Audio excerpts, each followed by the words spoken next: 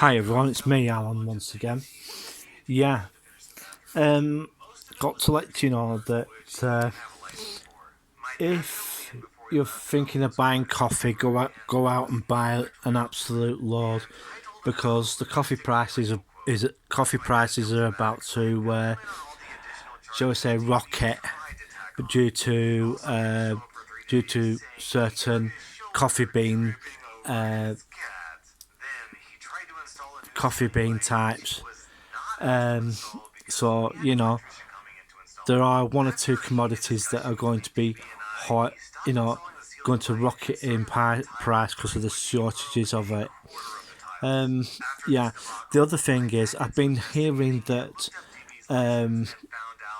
that there may be in the winter period, that there might be lockdowns again. I don't know if there's any truth in this, but it's what I've been hearing.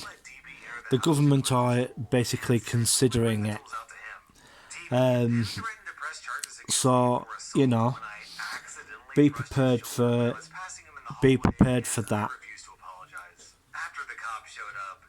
So, you can hear something in the background. I've got Pro Revenge from on Reddit, but they do YouTube videos as well. So, yeah. I just hope everybody's okay. Also, been seeing the pictures from Blackpool. Yeah, some pretty good stuff there. Especially, there was a couple I really enjoyed. That nighttime ride on the Pepsi Max big one. That was absolutely brilliant. Whoever filmed that, because normally they don't allow you to take cameras on the ride. In a lot of cases, I don't know what the filming policy is at Pleasure Beach, but like say if you wrote to them and get permission to do so, well, good. Also the Red Arrows were signing, autographing the posters and everything. Yeah, really good. They've been doing shows all over the place, and there's that there's the World Fireworks Championships as well. If I remember too rightly, they used to hold that at Southport. I don't know why if they still do it there, because the major thing it was with Southport, they could go further out with the fireworks because the sea doesn't come in so far for Southport. And talking about Southport, they're talking about putting a new Ferris wheel up 35 metres high. That would mean that would be the biggest Ferris wheel. I think not just it'd be quite high as that, 35 metres. You'll be able to see that from Blackpool when it goes up. What they're talking about doing is knocking down an old public toilets on. It's right next to Pleasureland Southport, and what they're going to do, knock it down, put a Ferris wheel there, and what else they're planning? They're planning to redevelop all the back end from the edge of Pleasureland all the way down to basically the pier, and then because they've already done the other side, well, there's like a little bit in between, which they've already done, but they're going to carry on doing I think they're actually going to move some of the shops from Lord Street, some of the cafes and everything, move them from Lord Street and put them on the seafront, redevelop the seafront. But to me, really, yeah, I don't know what they're gonna do really. Else they're going to do, because one of the things about Lord Street, quite a lot of the shops are emptying out anyway, and we're just waiting to see what happens there.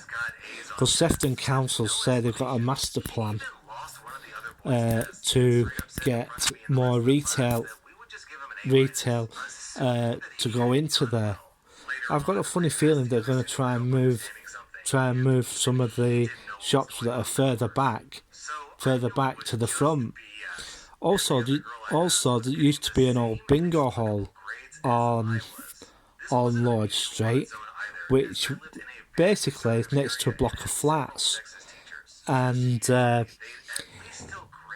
it's in a bit of a state, I'm afraid. And it's been shown on a lot of Urban Explorer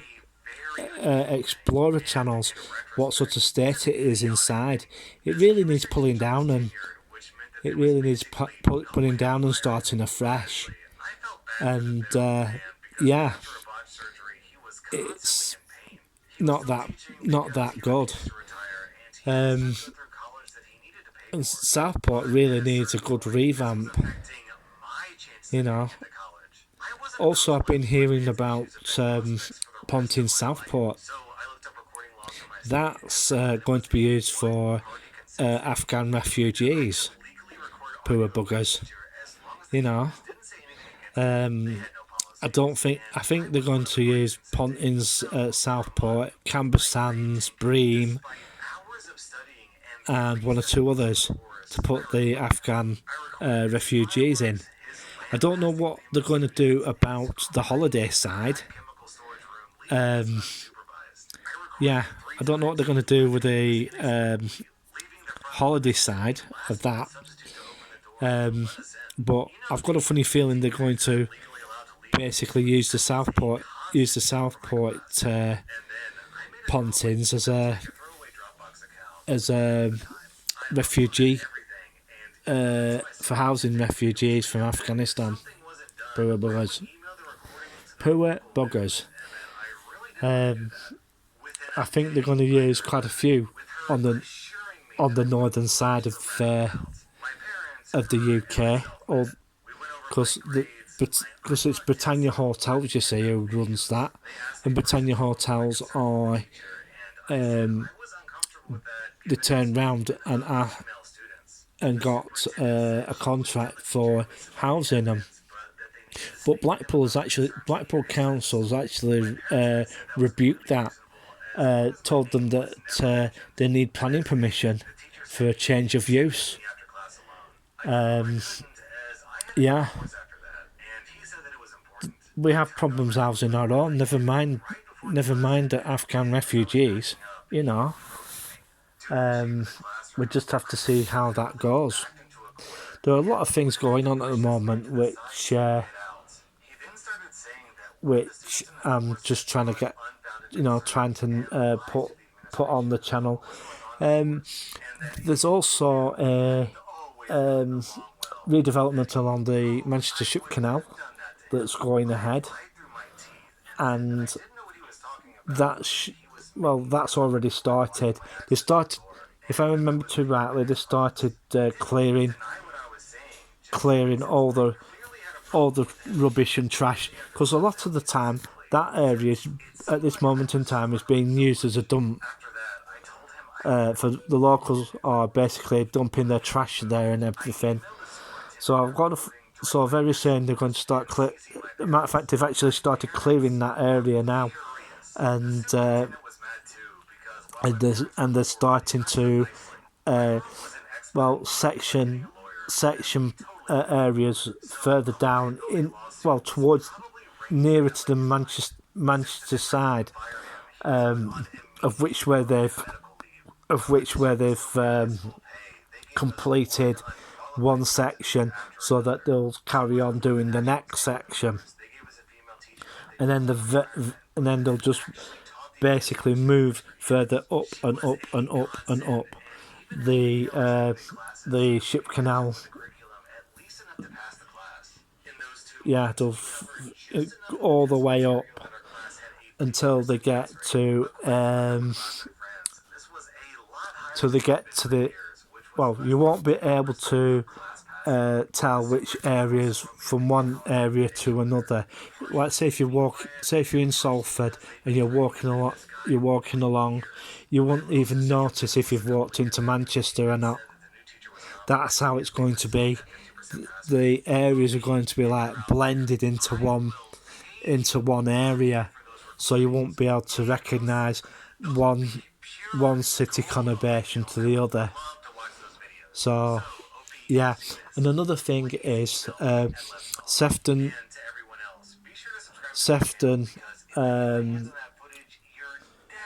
is the next place, because Liverpool is getting a lot of investment as well. But back to Manchester, Salford. Those two areas, you're not going to be able to tell which one you're in, because you'd just be able to walk from one end to the other, and And Salford City Council, when I was there, had stripped all the cladding off all the tower blocks, and they're going to redo it all. I heard that they were going to try and do it all in brick, to see how. I wonder how that would look. That'd be a hell of a lot of bricks. Hell of a lot of bricks. Well, we'll see what happens there. As I did a walk round Salford one of the shopping centres in Salford. But the thing was, security was, as I said in the last video of the security was actually walking around, and it was going where they were doing it is they were like all over me like a rash, really. I couldn't really film very much, and if you went back and have a look at that video, the video footage is absolutely all over the place, because they were onto me for quite a lot of the time until I got outside. So, and I had to walk around the outside basically to, so I wouldn't be followed round. So, yeah. So, yeah. But very soon I'm going to be doing some more videos very soon, in some different places. Right, Crompton Place. Crompton Place is basically dying at this moment in time. I had a walk round the area. The pound store. There's a pound store next door to Primark, and they've been asked to move out. They didn't need to move out. They could have just moved further down, but they could have stayed there for a bit longer, but they decided to call it a day. And yeah, so I'm just wondering now how long Primark at Bolton's going to last for. They're basically looking for a new store at the moment. I reckon they might even take the Debenhams store, but that's a 3-storey building at the marketplace. But we'll see what happens there, and see if they move from where they are to the Debenhams site.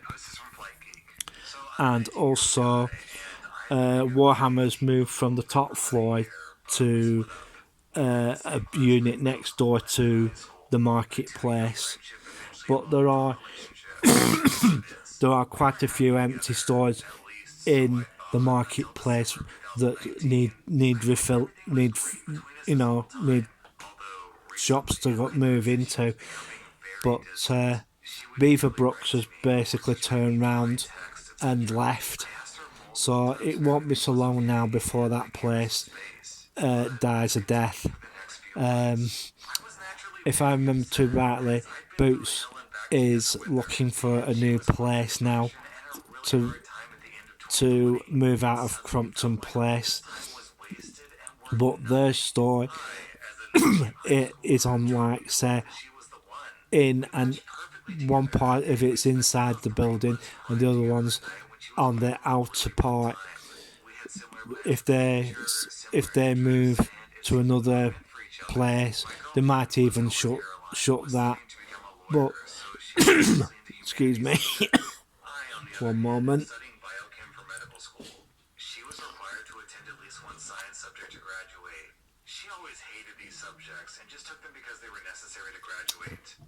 Yeah, so they're basically they're going to decide where they're going to move to. So, it's just one of those things that happens.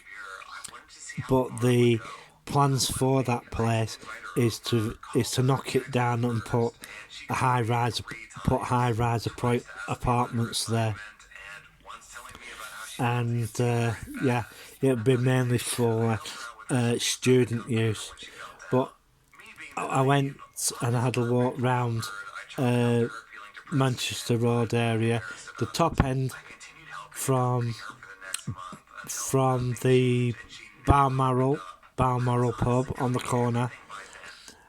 There used to be a Chinese on the corner. From that Chinese, all the way up to the top where there's a pub at the top. You'll get the type of development that they're doing, because there's an old mill across the road, further up on Manchester Road, on the left-hand side. The major, I think that development has actually run into problems financially, because they put a concrete trunk in the middle, and when I went past there, I couldn't really see if there was any actual work going on there. It was like the project had run out of money or they'd run out of building materials to carry on that project. So we're just having to wait and see what's happening to some of these projects in Bolton. One of the other things I noticed, there was a apartment block that had been built next to Balmoral. All but a few windows were basically boarded up to stop people from going in there. But I don't know what the situation was with that building, but Bolton University has been advertising heavily for students to come and study there.